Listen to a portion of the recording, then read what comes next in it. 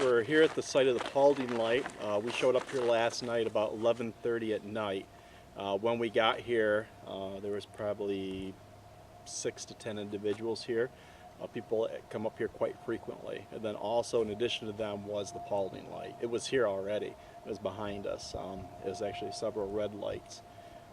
So from the time we got here, it was just illuminating, changing colors. Would pop up and then go right back down. I mean, it wasn't just the light that just started. I mean, there was multiple lights. We used your telescope. We had, when you looked through the telescope with the binocs, you saw multiple lights. I saw 6 lights at once, actually, like 3 red ones, 3 white ones, and they would move. They'd move around. They changed. All of a sudden there'd be 3, then there'd be 1. It'd be a different color. Or the intensity would change. Oh, incredibly from like changed. a low intensity up to really, really high. You'd have orbs just spiral around one, and like it was almost trying to focus itself into one big light, and it'd be multiple lights making it up. So it was really interesting to see. And then when I was able to focus on it with the telescope, and it was the bright white light, it was just this incredible glob of energy. You could just see the energy rotating around this glob of just glowing light.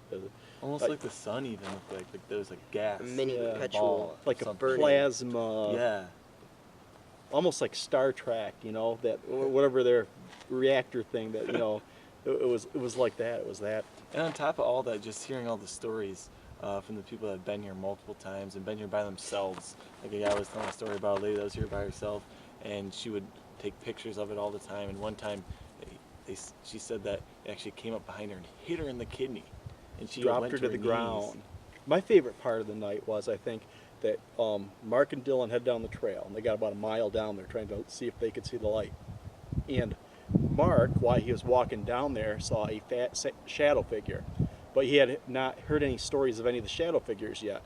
And he came back and he shared that with us. And at the same time, other people, locals, were telling us about the shadow figures that they see all the time around here. So he wasn't even aware of it, had the experience, and then came back and, you know, people confirmed it. I think that was pretty amazing.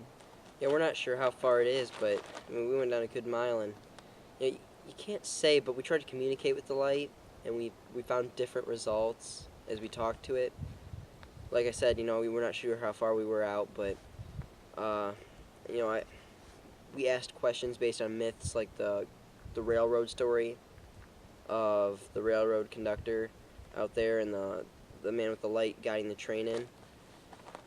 And I asked him if he could help me find the train or when the train was coming, and I can't say for sure whether it was like based on me talking to it or coincidence, but the light would go on and off frequently to my voice, but you can't really say for sure. I don't know what Mark thought about No that. conclusion on that. Yeah. But in all, we think it's miles away. We're not sure exactly how far. I think part of it's just the elevation here, that I want to do some further research, but as you look down here at your farthest point, if everything from there is a lower elevation, the curvature of the Earth, you could see hundreds, maybe thousands of miles from a given perspective, and what you could see within there. And this is basically to the north. I mean, I don't know what that could be, so I'm sort of curious to go back and look on a Google map and extend it out, and you know, just do some further thinking and research. And I think all of us have kind of said it's more than what we expected, Yeah. and definitely worth the trip. yeah, absolutely. This alone, hands down. I'll be back again. It's just a matter of when.